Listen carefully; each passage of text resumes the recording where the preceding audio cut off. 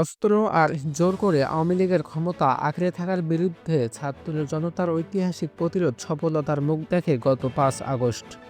সে সময়ের সক্রিয় সমন্বয়ক নাহিদ ইসলাম এখন নিজেই অন্তর্বর্তী সরকারের অংশ। তার কাছে প্রশ্ন ছিল, আওয়ামী লীগ কি প্রকাশ্যে রাজনীতিতে ফিরতে পারবে? উত্তরে নাহিদ ইসলাম বলেন, বিচারের মুখোমুখি হওয়ার জন্য মানসিকভাবে প্রস্তুতি নেওয়া উচিত।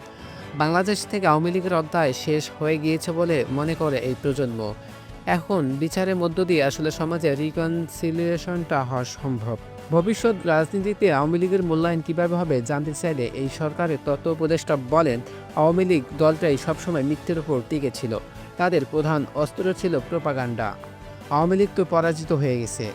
শেখ হাসিনা অবৈধভাবে প্রধানমন্ত্রী ছিলেন এবং তারা বলেন এত বছরের দল, সেই দলটি নেতাকর্মীদের রেখে পালিয়ে গেলেন।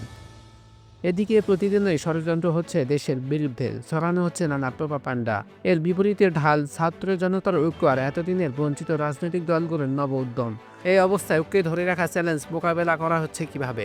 নাহিদ ইসলাম বলেন, আমাদের জাতীয় ঐক্য এবং রাজনৈতিক সমঝোতায় আসলে পারবে দেশকে এগিয়ে নিতে।